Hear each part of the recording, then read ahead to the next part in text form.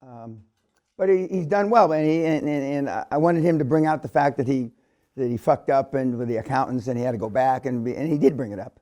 But that's the only real misstep that he's had, and that he waited because I was checking for my conflicts, and I couldn't be his chairman, although I like the area he's in. And then as life would have it, our group exited from that in the last 60 days, and so, anyway, he's got a good team. He doesn't need me. Takeaways, comments, questions about anything that he... Well, didn't he make a mistake when he went with the people that the other boards refer him to? Now, it's the guy who had retired from that firm, okay? I mean, I won't say plenty. Many of the guys wind up using the firm that their in-house lawyer had retired from. The reason that they don't do it more often is because if they're collecting a pension from that firm, depending on how their pension is structured, they cannot have the firm work or them work for somebody else that's not using the firm. Some of the pension plans now are open-ended because there are very few equity partners left in the accounting firms and the law firms. Now they're partners in name only, but not in equity. In the old equity partners, there was a strict conflict. You couldn't act for it. But so no, he's all right. He's all right there. Any other questions or comments about him? He's getting out of his comfort zone real fast. Yeah, well, yeah, and he's not dissimilar to my own personality. You either love or hate him because he's an aggressive guy, and not everybody likes aggressive people. And he in the area. Well, he's in healthcare. I mean, he went into healthcare. I steer not everybody, but almost everybody because there's 50 different verticals in healthcare. Or no, 250. I mean, it's like opening the yellow pages. I mean, there's everything from Pilates studios to substance abuse to weight clinics. I mean, you name it. There's all kinds of roll-ups in healthcare, and that's why. And healthcare, 25 years ago, there was 5 or 6 things you could roll up in healthcare. Now there's 105 things you can roll up in healthcare, and so that's why I steer, and I have steered since the days of Rick Scott, and he went to hospitals, not dissimilar to Peter, and he wound up with 300 hospitals. Peter can just imagine managing 300 hospitals. It was a pain in the neck. Anything else about John? When you are finding your board members, is it advantage or disadvantage that you know them ahead, or you should find strangers? Well, I mean, most of you guys don't know people of the caliber that you're going to want on the board.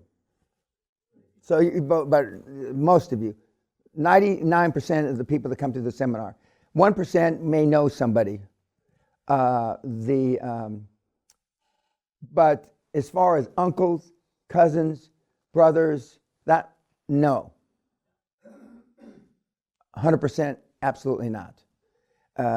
We've had people practice on their uncle. Kids rolling up dental practices, and his dad's a dentist, so we practice.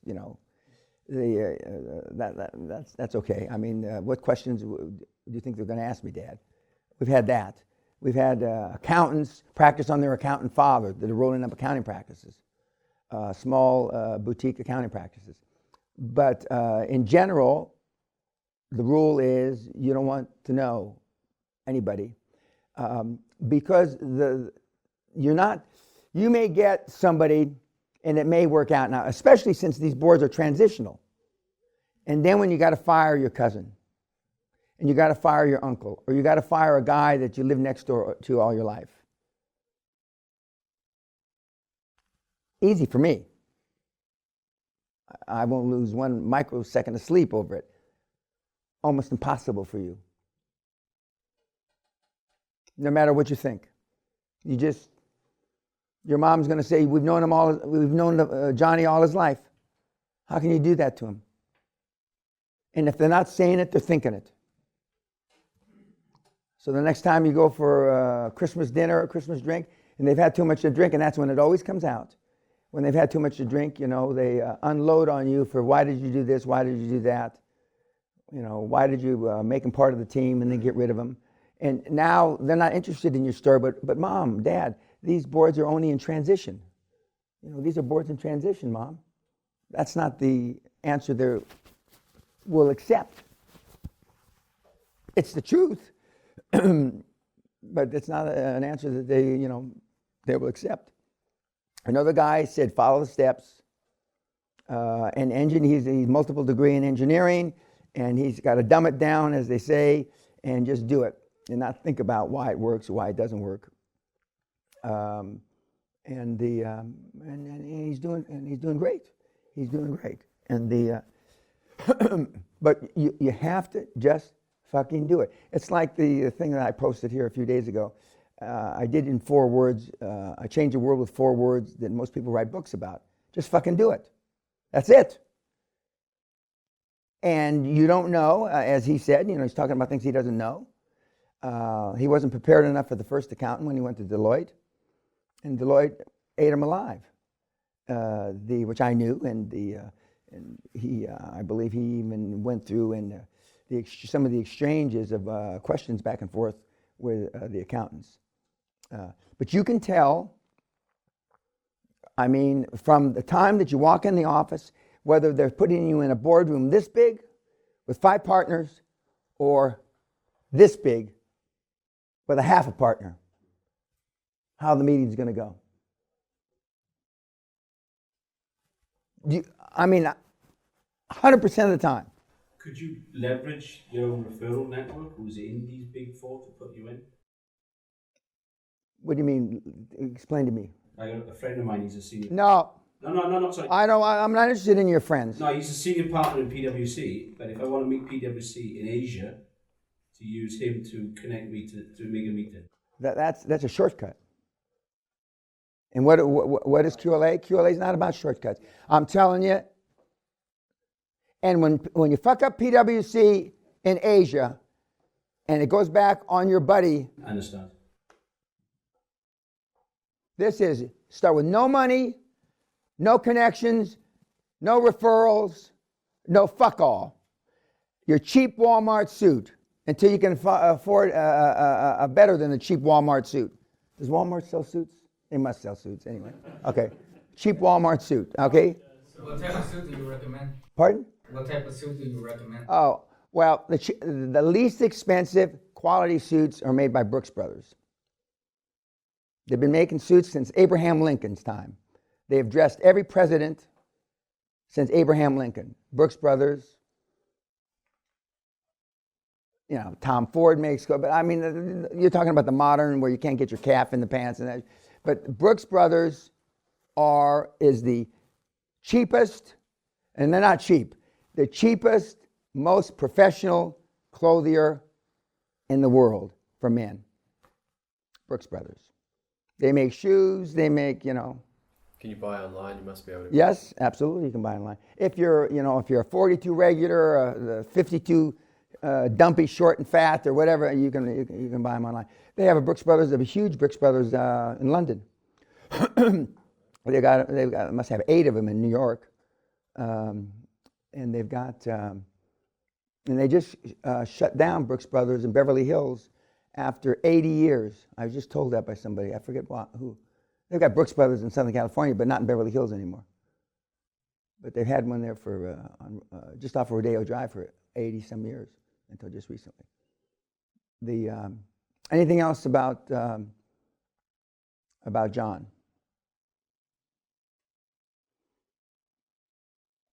Okay, now.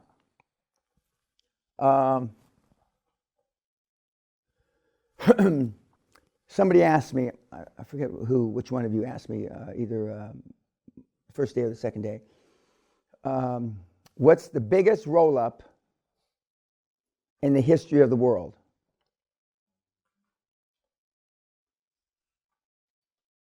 Visa. This guy, D. Hawk, worked as a vice president for Bank of America in the 50s. And they had a Bank of America card. And they were losing money. And he went to the president of Bank of America at the time and said, I got an idea to do a roll-up, a consolidation. And we're going to consolidate all 55,000 banks under one label. 55,000. And it was Visa. And it took him, I don't know, 15, 18, 20 years. He got rich doing it. And he was the first CEO of Visa back in the day.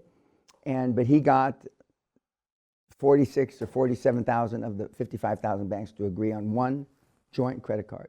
MasterCard came after that, but Visa was the first one, and it was the first massive roll-up under one umbrella. And it's the first $1 trillion roll-up, because all those 55,000 have more than $1 trillion in revenue. But it was a guy named D. Hulk, who is, I think he just passed away, but he lives in Northern California. So one of you is from near Walnut, California. Yep, okay. And that's what made me think of it, because he retired in Walnut, California. That's what made me think of it. And but it took him 15, 18 years to roll up. Can you imagine getting 55,000? Well, he never got 55. He only got about 47,000 of the banks around the world to agree to one credit card. And so roll-ups, industrial roll-ups, of course, General Motors is a roll-up. Okay, almost all, IBM is a roll-up. Microsoft, all the big companies virtually are now the consequences of a roll-up. Exactly what you're doing. Exactly what you were doing. Ford Motor Company, Mercedes, BMW, they've all rolled up to build their brand. And the American Express. So, I mean, this is not new stuff. The fact, again, that it's not being taught anyplace is, maybe someday it'll be taught. I don't know. Maybe I'll live long enough to see it, but I won't live long enough to see it. And again, I've told you the reason why it's not taught, because there's many less fees involved, because it's a debt-driven. And I've already explained to you that private equity is not equity. Remember? They call it private equity, but they're using their lines of credit. So it's borrowed money. Very, very few deals are equity deals. Very few people put their own money in. Only people that put their own money in are poor people. And the rich get richer and the poor get poorer. Amen. Praise Allah. Because you're going to be on the other end of the stick. Instead of the shit end of the stick, you're going to be holding the stick now instead of being the shit end of the stick. And it's utopia is not anywhere around the corner, where everybody has all the money and all the food and all the clean water and has toilets, that they talk about. That's not even anywhere in the distant future. And as long as there's no utopia, from chaos comes order, and QLA works. QLA works. And now you've heard, and all the rest of the people are going to tell you essentially the same thing. And whereas John, he's done a lot of things to get himself out of his comfort zone, to scare himself. But the point is, when you filling out your weekly reports, and tomorrow when we go over an actual report to show you what's in it, there are L, M, and N are the three most important parts of the report. L, M, and N. What did you do to scare yourself? How many cold calls did you, day by day, hour by hour, how many cold calls did you make? And what did you learn this week?